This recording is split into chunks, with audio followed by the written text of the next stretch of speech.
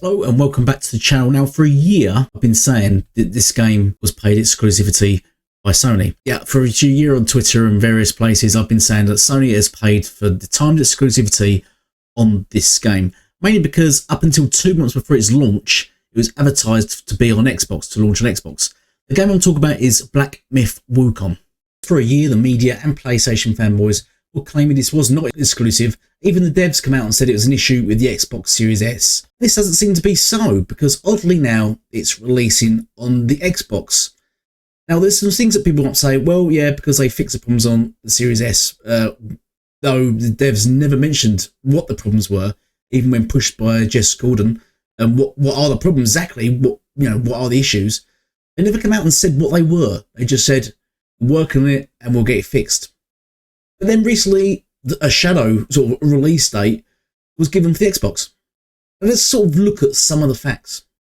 Okay, the first fact being, it's been exactly a year since it was announced to be PlayStation exclusive. So up until that point, it was coming to Xbox and it was advertised in trailers and such that it was coming to Xbox. And then suddenly, in June 2024, it was announced that it's only going to be PlayStation exclusive. It's not going to be able to make it to Xbox for whatever reason. They never give a reason. It just will be PlayStation exclusive.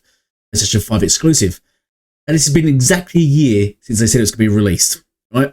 There was going to be a release date. So then exactly a year later, June 2025, it said it's going to come to Xbox.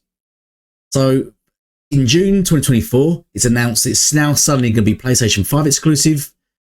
June 2025, coming to Xbox.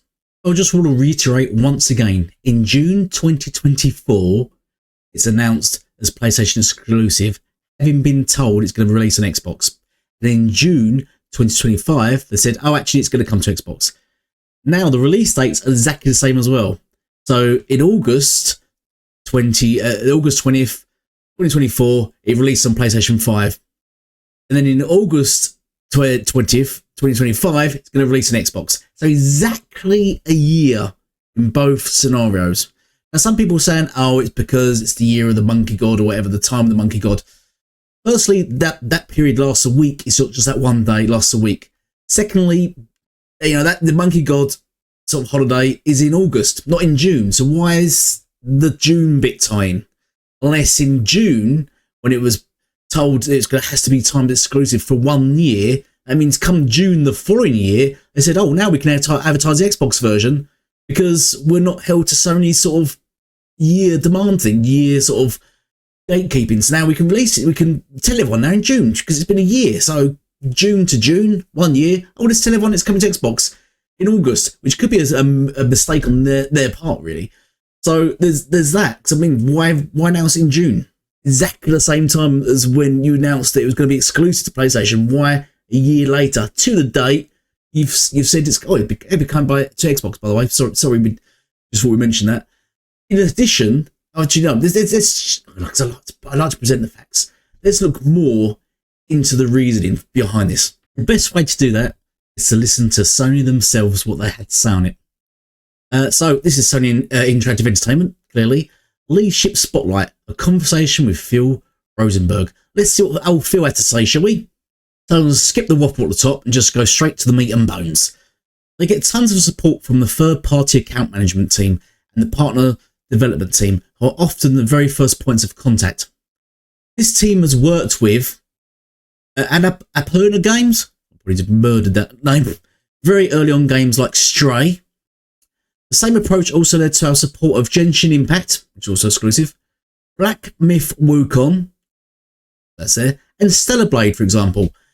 Now, Stellar Blade is interesting because that was also announced for Xbox and then was gatekeeped, Moneyhatting, removed from Xbox and put on the PlayStation, made it exclusive to PlayStation. Completely, even though it was announced and was going to release on Xbox, they managed to Moneyhat and completely take it off the Xbox platform. It's odd that Black Myth Wukong was listed there, even though this is apparently not timed exclusive at all. The other games on the list are exclusive to PlayStation, and they had deals with them. It's odd that he would mention that. Is that a mistake? Well, I do not think so. Let's look more into this. So let's see what they had to say about this. I've seen it brought up that August 20 is a special date in general for Black myth Wukong. There is no official date for the birth of the Monkey King in legend, but August 20 has been mentioned in the past. It's actually a week.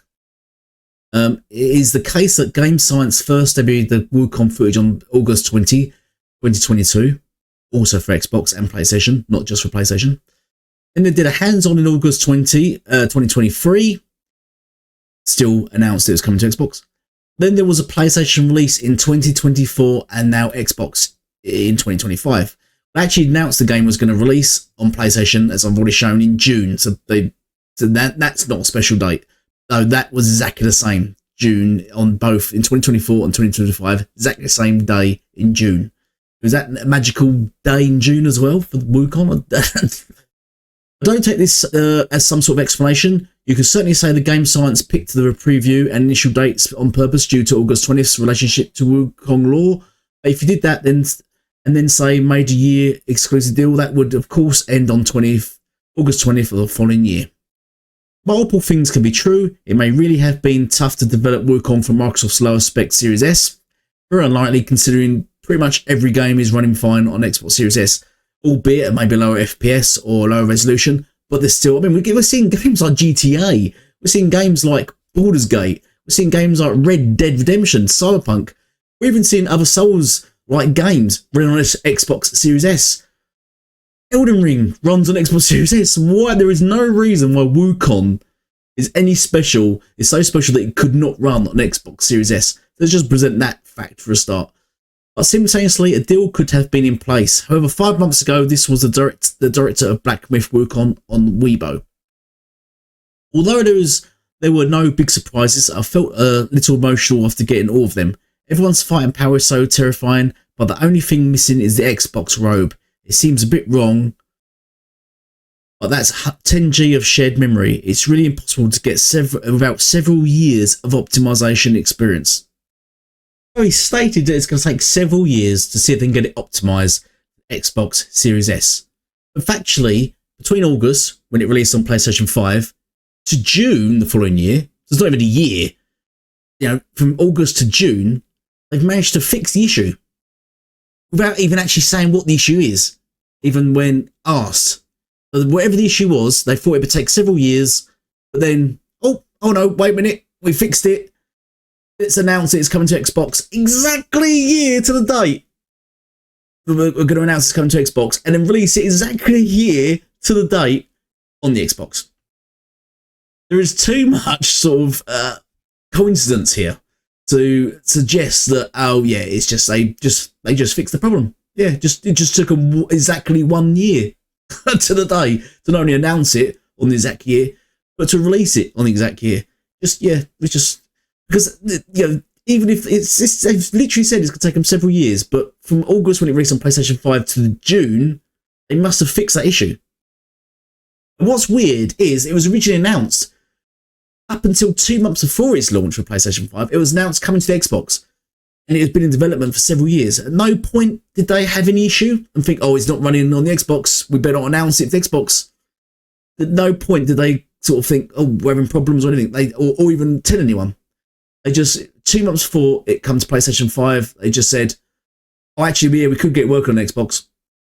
Oh, well, you've not tested it, you've not tried it, you've been working on this game for years, and at no point did you realise that it wasn't working with the Xbox?